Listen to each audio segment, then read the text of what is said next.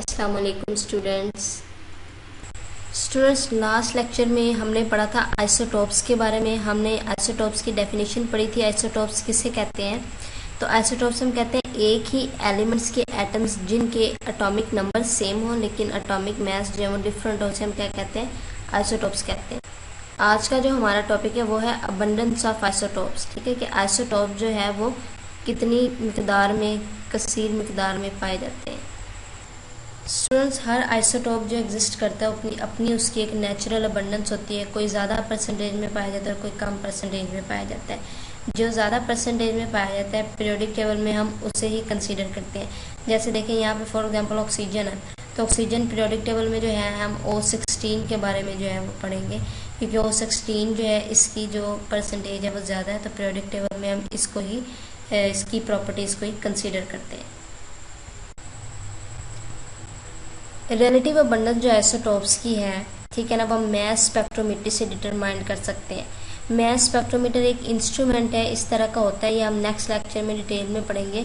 ठीक है, तो ये हमें बताता है कि कोई भी जो एलिमेंट है उसका आइसोटोप जो है कौन सा कितने परसेंट जो है वो पाया जाता है। अब एक सिलेंडर में आप एक गैस लेंगी, ठीक है, तो उस गैस में फॉर एग्जांपल आपने हाइड्रोजन गैस लिया, तो उसमें जो हाइड्रोजन गैस होगी उसमें इसके तीनों आइसोटोप जो है वो मौजूद होंगे। ठीक है ना, तो आप जो कितने परसेंट जो है वो पाए जाते हैं आइसोटोप्स, जैसे H1, H2, H3 जो है वो आप मास स्पेक्ट्रोमीटर से जो है वो मालूम कर सकते हैं। ये हम नेक्स्ट लेक्चर में पढ़ेंगे।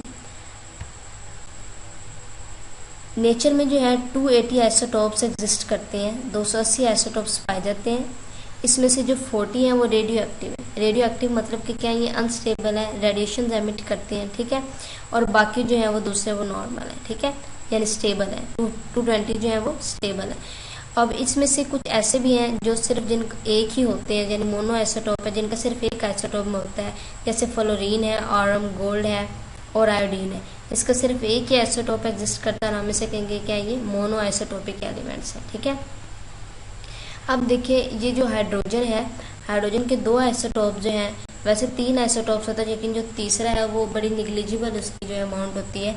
तो यहाँ पे हाइड्रोजन के 2 आइसोटोप्स के बारे में लिखा गया H1 एंड H2।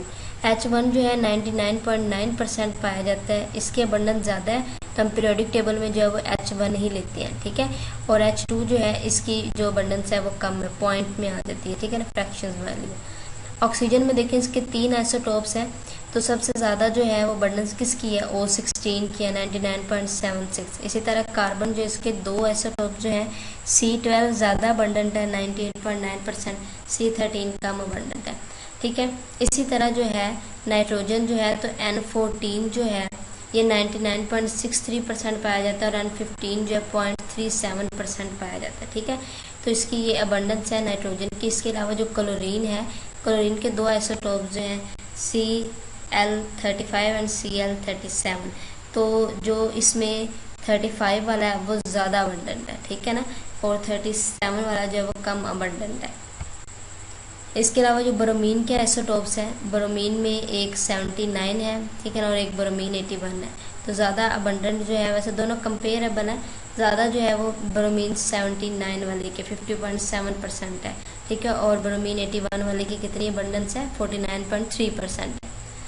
इसके अलावा जो सल्फ़र है, तो सल्फ़र के 4 आइसोटोप्स हैं, और इन 4 आइसोटोप में जो S32 वाला जो है ये ज़्यादा अबंडेंट है, ज़्यादा मिकदार में पाया जाता है, क्योंकि इसकी परसेंटेज देखिए सबसे ज़्यादा 95.02% है, और S33 वाला जो है वो बिल्कुल 0.75 में है, S34 वाला 4.21% में। ठीक है, तो इस तरह इस सारे आइसोटोप्स के हमने अबंडेंस देखे कि कौन सा कितने परसेंट पाया जाता है।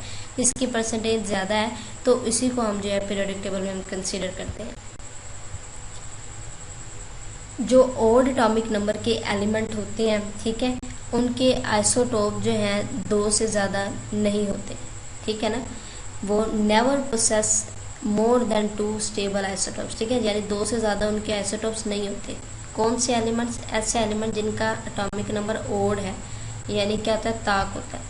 इसके अलावा वो एलिमेंट्स जिनका एटॉमिक नंबर जो है वो जुफ्त हो, इवन हो, तो उनके आइसोटोप्स ज़्यादा होते हैं। ठीक है, उसके अलावा आइसोटोप्स जिनके जो मास नंबर है वो 4 के मल्टीपल हो, वो ज़्यादा अबंडेंट है, ठीक है ना। यानी कि 4 के जो मल्टीपल्स हैं कौन कौन से, जैसे कि ये O16 है तो ये 4 का मल्टीपल है, 4 multiple by 4 is equal to 16, तो इसलिए ज़्यादा अबंडेंट है। इसके अलावा मैग्नीशियम 24 भी 4 का मल्टीपल है, ठीक है ना। इसके अलावा सिलिकॉन भी 4 का मल्टीपल है, कैल्शियम भी, इसके अलावा फेरम भी यानी आयरन भी गोल्ड का जो है 4 का जो है वो मल्टीपल है, ठीक है। तो इस तरह ये जो है आइसोटोप ज़्यादा अबंडेंट है और ये 50% अर्थ क्रस्ट में जो है ये 50% पाए जाते हैं, ठीक है। इसके अलावा जो है 280 आइसोटोप जो एग्जिस्ट करते हैं उसमें से 154 जो है वो नेचर में पाए जाते हैं और उनका जो मास नंबर है वो E1 है, ठीक है, और एटॉमिक नंबर भी क्या है इनका E1 है, ठीक है ना। नेक्स्ट लेक्चर में हम पढ़ेंगे मास स्पेक्ट्रोमीटर के बारे में।